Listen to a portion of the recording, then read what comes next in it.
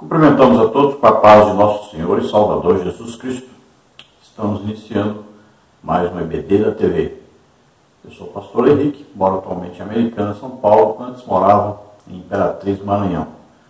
Se você deseja nos convidar, entre em contato conosco. Meu telefone ainda é o mesmo, DDD do Maranhão 99, telefone 991520454. Meu e-mail, henriquelhas, que são as iniciais do meu nome, @hotmail.com. Se você deseja nos ajudar, então você pode usar aí uma dessas contas ou o nosso Pix. Então, a conta aí na Caixa Econômica, a conta no Bradesco e a conta no Banco do Brasil. O Banco do Brasil, o nome da minha esposa é Nina Maria Curcica. O meu Pix, você vê aí meu CPF, 331-957-81620.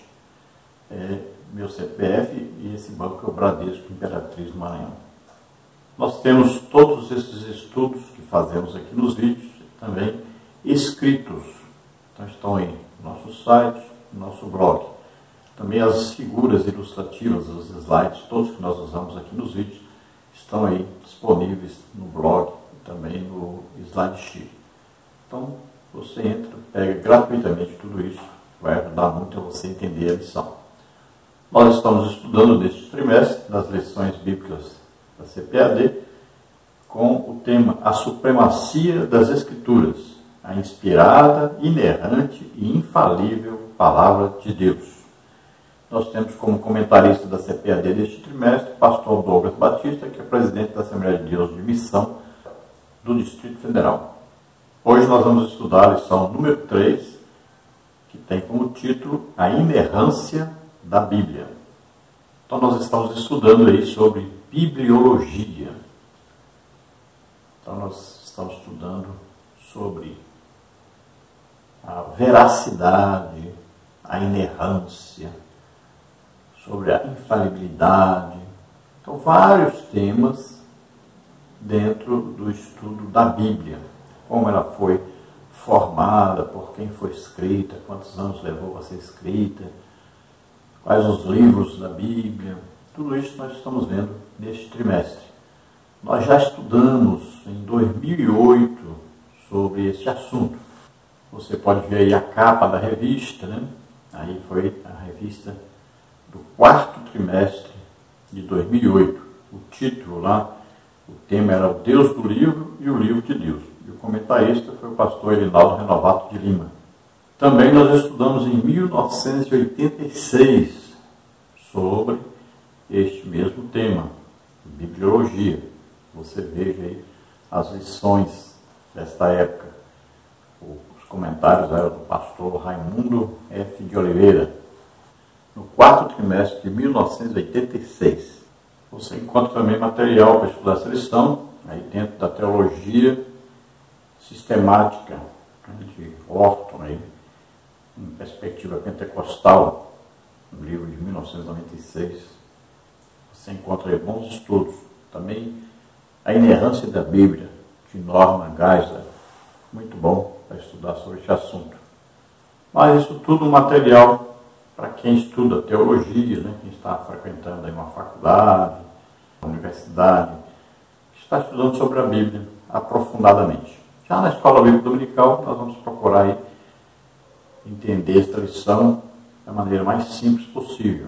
Vamos explicar os detalhes aí, né, as palavras que são consideradas aí difíceis dentro desse tema, né, como a palavra apócrifo, como a palavra aí, autógrafo, canônico. Então, quando se fala em autógrafos, se está falando dos originais, são os manuscritos que foram escritos diretamente pelos escritores da Bíblia. Vamos ver também escritos aí, por exemplo, Paulo usava um amanuense, ou seja, uma pessoa para escrever para ele, já que ele tinha problema de visão. Quando ele escreve aos Gálatas, ele diz que eles amam tanto a ele que, se pudesse, arrancariam os próprios olhos e dariam a ele. E ele diz com quão grandes letras vos escrevi, já que ele tinha problema de visão, ele tinha que escrever. Quando ele escrevia alguma coisa, que tinha que ser com as letras bem grandes. Não é para os outros enxergar, é para ele enxergar o que estava escrevendo. Então, este é o espinho na carne de Paulo, né? Exatamente a dificuldade de visão. E vamos ver, por exemplo, Pedro também usou a amanuense, usou para escrever para ele. E vamos ver vários profetas, né, que eles não escreveram, são chamados profetas menores, não foram eles que escreveram, alguém escreveu o que aconteceu durante o ministério deles. Então, aí nós vamos estudando isso aí na lição devagarinho, vamos entendendo cada uma dessas palavras. São palavras que vão aparecer aí e nós vamos aprendendo sobre isso aí. Muitas dessas coisas são vistas apenas lá na faculdade de teologia, na universidade de teologia, no estudo mais aprofundado sobre teologia, principalmente quem vai fazer um doutorado em teologia. Vamos ver aí os tópicos e subtópicos da lição de hoje. Então, a lição 3 é a inerrância da Bíblia. Tópico 1, o que é a inerrância da Bíblia? Subtópico 1, o conceito de inerrância bíblica. Subtópico 2, a Bíblia reivindica a sua inerrância. Subtópico 3, a infalibilidade e a inerrância da Bíblia. No tópico 2, nós vamos ver o Espírito Santo preservou as Escrituras. Vamos ver no subtópico 1, os manuscritos autógrafos. Subtópico 2, os manuscritos apógrafos. Subtópico 3, os apócrifos e pseudoepígrafos. No tópico 3, nós vamos ver a verdade nas Escrituras. Subtópico 1, a Bíblia é a verdade plena. Subtópico 2, a verdade espiritual e moral. Subtópico 3, a verdade histórica e científica. Então, todos esses assuntos nós vamos estudar e essas palavras aí você vai entender o que cada uma significa. Vamos ver o textual e a verdade prática. O textual diz, porque na verdade vos digo que até que o céu e a terra passem, nenhum jota ou um tio se omitirá da lei, sem que tudo seja cumprido. Mateus 5,18. E a verdade prática diz, a doutrina segundo a qual a Bíblia não contém erro algum denomina-se inerrância das Escrituras. Por isso podemos confiar em sua mensagem, que é incorruptível. Então vemos que Jesus fala que nada será retirado da palavra de Deus, nada será mudado. Por quê? Porque Deus preservou a sua palavra e vai continuar preservando. Muitos foram os inimigos da Bíblia que tentaram destruir a Bíblia, mas não conseguiram, porque Deus vela pela sua palavra, né? E vela até para que tudo se cumpra, como está escrito. Então veja, Deus não apenas inspirou o que está escrito na Bíblia, mas também Ele preservou o que está escrito na Bíblia. Aqueles que fizeram as cópias dos originais, veja gente, veja, impressionante, até a roupa que eles poderiam usar ao escrever era tudo orientado, obedecido. Eles jejuavam, oravam. Para escrever era uma coisa tremenda, né? A religiosidade deles era muito grande. Era exigida uma santidade total para poder fazer uma cópia da palavra de Deus. Não era assim de qualquer maneira. Então eram pessoas que tomavam todo o cuidado ao fazer uma cópia, para que a cópia fosse fidedigna, para que não tivesse nenhum erro. Agora, nós não podemos nos basear, por exemplo, no Códex aí sinaíticos, no Códex lá vaticanos, porque eles contêm muitos erros, está faltando muita coisa lá, e não são pessoas de confiança que fizeram essas cópias aí, que são as mais antigas. Tem muita gente querendo se basear nessas cópias. Como? Elas são mais antigas, mas de menos confiança do que as cópias novas. Porque as cópias mais novas, elas foram feitas por pessoas fidedignas, de confiança, que tinham todo o respeito ao fazer uma cópia. Veja bem, um rei, por exemplo, quando ia governar, ele tinha que ter uma cópia da palavra de Deus, porque era lei dizendo que ele tinha que ler essa cópia. Então, todas essas cópias que foram feitas são mais legítimas, são melhores e mais confiáveis do que esses códex, que tanta gente quer ir atrás dos códex. Mas veja bem, você vai ver quantos livros, quantas partes dos livros faltam nesses códex.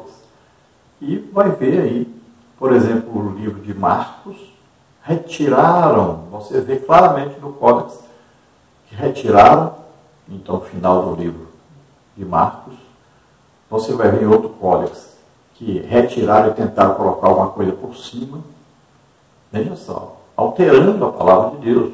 Então não é de confiança aí. Veja bem, por que essa preocupação tanta com o livro de Marcos, aí o final do capítulo? Porque lá fala a identificação do verdadeiro crente. Esses sinais seguirão os que crerem. E lá está a identificação. Vai falarão novas línguas. Quer dizer que o batismo com o Espírito Santo era considerado aí uma prova legítima de que alguém realmente se converteu.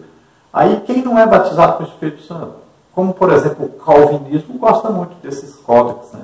Gosta muito de falar sobre a falta aí do final do livro, dos códex. Por quê? Porque eles não são batizados com o Espírito Santo. Então querem porque querem retirar alguma coisa, alterar a Bíblia. Embora digam que querem, porque querem seguir tudo que está escrito na Bíblia, que tudo está certo ali.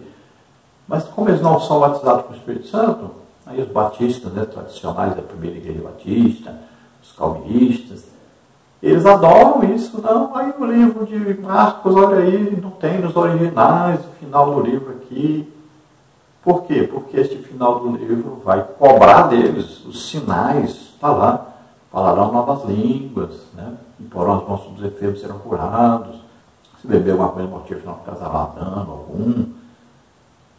Então veja só, são sinais que identificam os verdadeiros crentes. E aí está o batismo com o Espírito Santo. Então, tem muita gente que odeia o final do livro aí. E diz que, olha, diz que lá que os discípulos saíram pregando e Deus confirmava a pregação. Com o quê? Com sinais, prodígios e maravilhas. Então eles odeiam isso, detestam isso.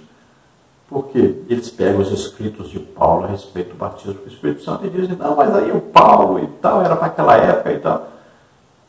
Mas aí, como é que vai? E os evangelhos? Como é que eles vão retirar alguma coisa do evangelho? Que fala sobre o batismo com o Espírito Santo. É só o Marcos que falou sobre isso aí, falar em línguas. Aí eles querem retirar isso aí de todo jeito.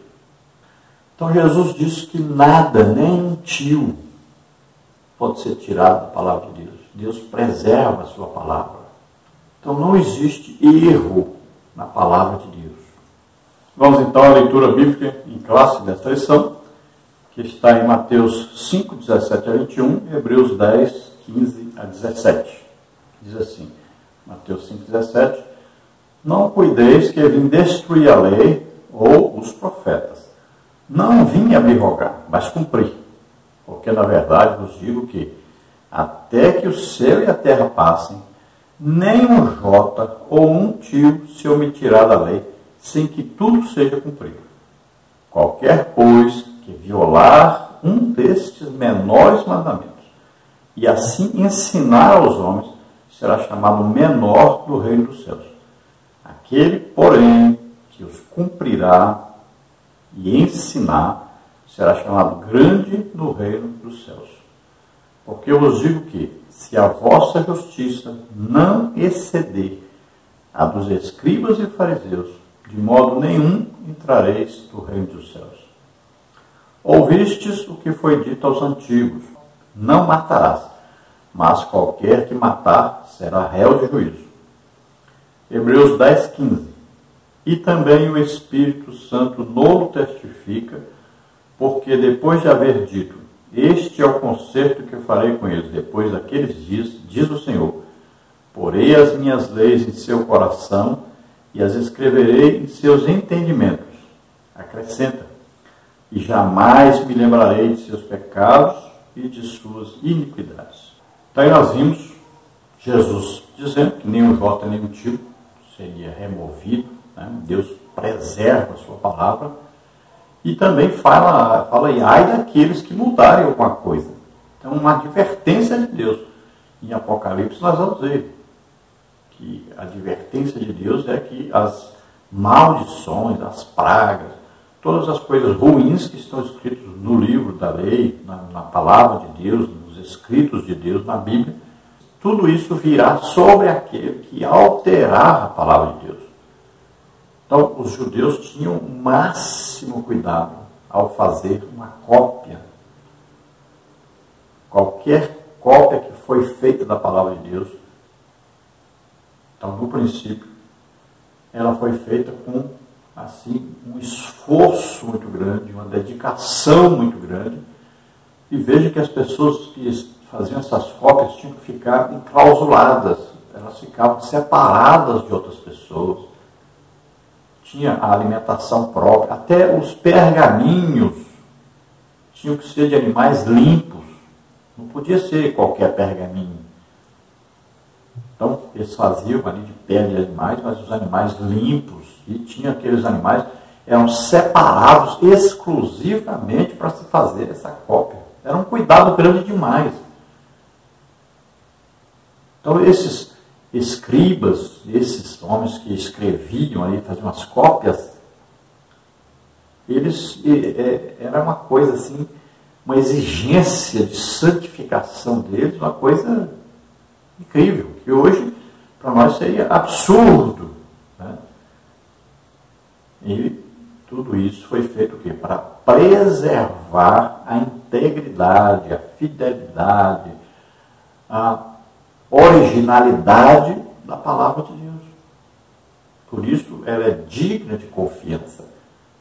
Então você vê, mas a cópia é mais nova do que lá, por exemplo, os códex. Sim. Por quê? Cada vez que havia uma guerra, cada vez que se mudavam, então fazia o quê? Pegava as cópias mais novas, não se ia pegar as cópias mais antigas, porque o pergaminho já estava mais velho. Então eles pegavam os mais novos, é evidente. Além dos pergaminhos, tinha lá, né, a argila que eles usavam, tinha também os papiros.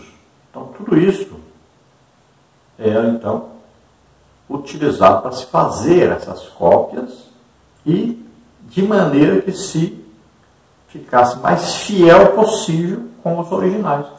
Então não quer dizer que uma cópia feita 200, 300 anos depois dos códex, aí, que são as escrituras mais antigas que acharam, embora estejam cheias de problemas, né, contenham muitos erros, faltem muitos livros e tudo. Então não quer dizer que porque é mais novo é pior, não. Mas porque mais novo, então não tem tanta credibilidade quanto mais antigo. Não, não é isso não. Pelo contrário. Por exemplo, as cópias que foram achadas lá no Mar Morto, né, nas cavernas ali de Qumran, são muito melhores, mais confiáveis do que os códex. Vamos ver então a introdução da lição, que diz assim: infalibilidade e inerrância são vocábulos que apontam a veracidade das Escrituras. Indicam que a Bíblia Sagrada não falha e não erra. Significa afirmar que ela é a verdade em tudo o que diz, tanto em questões espirituais quanto históricas e científicas. Mateus 5, 17 e 18, João 10, 35. Nesta lição veremos a inerrância, a preservação e a verdade da palavra de Deus. Vamos ver Mateus 5, 17 e 18, que diz assim: não cuideis que vim destruir a lei e os profetas, não vim abrogar, mas cumprir. Porque em verdade vos digo que até que o céu e a terra passem, nem um jota ou um tio se omitirá da lei, sem que tudo seja cumprido. Então, infalibilidade e inerrância. Então, a Bíblia é infalível, porque o que está previsto, o que está profetizado, tudo se cumpriu e continua se cumprindo e vai se cumprir o restante. Também a inerrância, porque ela não contém erros. Então, quando você achar qualquer problema, ou foi o copista que errou ao copiar o original, ou pode ser também que você não esteja entendendo o texto, porque você não estudou o contexto, né? Você não estudou a hermenêutica, então você não entendeu bem. Ou pode ser que você não entenda a palavra que você está lendo aí. Então são vários os motivos, mas não existe erro na Bíblia. Quando você encontrar qualquer dificuldade, procure entender. Procure, pegue aí um livro, né, que fala sobre as dificuldades bíblicas, para você entender melhor aí, você vai compreender o que está escrito. E também nós temos o professor, o Espírito Santo, que nos ensina, nos revela o que está escrito na palavra de Deus. Muita coisa precisa de revelação do Espírito Santo para que nós possamos entender. Então a palavra de Deus é a verdade de Deus. Veja bem, se é a palavra de Deus, e a própria palavra de Deus diz que tudo que está escrito é palavra de Deus, você não pode pensar que Deus falha, que Deus erra, que Deus escreve alguma coisa que seja errada. Né? Então você tem que saber, o mesmo Deus, quem mandou, quem inspirou, quem escolheu as pessoas que iam escrever, é o mesmo Deus que preserva a sua palavra. Então, todas as questões aí espirituais, históricas, científicas, tudo que está na Bíblia, então, é o correto, é o certo. Agora existe um contexto, né? Às vezes alguma coisa está escrita dentro de um contexto, né? Então, a época, né? Um costume, para que as pessoas pudessem entender. Agora, nós não podemos pegar e vamos contextualizar a Bíblia agora para nós, vamos mudar algumas coisas, vamos atualizar. Não, você não pode corrigir, você não pode tentar mudar a palavra de Deus para que ela venha a concordar com o seu erro, com a sua maneira de viver. Não, é nós que temos que nos amoldar, nos colocar à disposição da palavra de Deus e temos que seguir, obedecer o que está escrito na palavra de Deus. Nós é que temos que mudar, não é a palavra de Deus que tem que mudar para nos agradar. Nós é que temos que mudar para agradar a Deus. Então, nossa vida, toda a nossa vida, nós temos que estar olhando os nossos erros, porque nós vamos comparar o que nós falamos, o que nós vivemos, com a Bíblia. E aí, nós vamos ver se estamos certos ou errados. Então, se estamos errados, nós vamos, então, procurar seguir, obedecer o que está escrito na palavra de Deus. Porque a palavra de Deus é que é o prumo, é que é a medida correta, é a medida de Deus.